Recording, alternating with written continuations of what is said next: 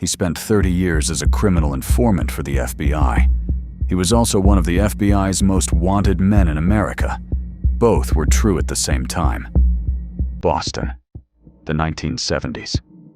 James Whitey Bulger led the Winter Hill Gang, loan sharking, gambling, drug rackets across South Boston. But Bulger had something no other gang leader in the city had: a deal. He became an informant for the FBI, feeding agents information on the Italian mafia, the FBI's real target.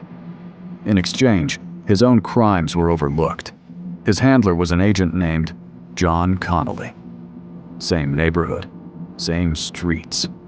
Connolly didn't just manage Bulger, he protected him. Connolly warned Bulger when investigations got close. He leaked the names of witnesses planning to testify against him. He accepted bribes and looked the other way. While rival gangs were being dismantled by the same FBI office, Bulger operated with almost no fear of consequence. He used that protection exactly how you'd expect. Suspected informants were lured in, interrogated, and killed.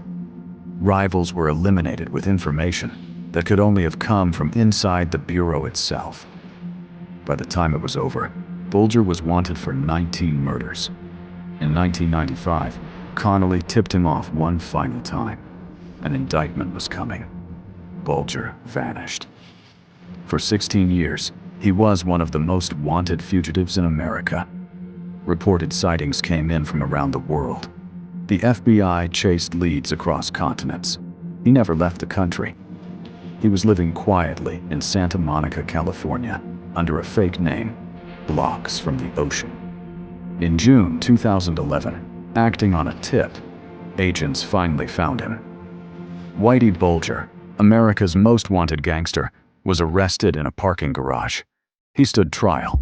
He was convicted. He spent his final years in federal prison. In October 2018, less than 12 hours after being transferred to a new facility, Bulger was found beaten to death in his cell. The man believed responsible was serving a life sentence for another crime. In the world Bulger came from, there was nothing lower than being an informant. The man who spent his life betraying others was killed by that same code at the very end. Here is why I'm telling you this story. Not because of the murders, not because of the manhunt, because of what protected him the entire time. A relationship built on betrayal at its foundation. Bulger's power was never really his own. It was borrowed from a corrupted system, from a man who was supposed to enforce the law and instead sold it. That kind of foundation always collapses. It might take years, it might take decades, but something built on betrayal eventually betrays the man standing on it. This applies far beyond crime. Every partnership, every business relationship, every friendship you build, ask yourself what it's actually built on. If it's built on someone bending the rules for you, on shortcuts, on someone else's corruption covering for your weakness, you don't have security. You have borrowed time.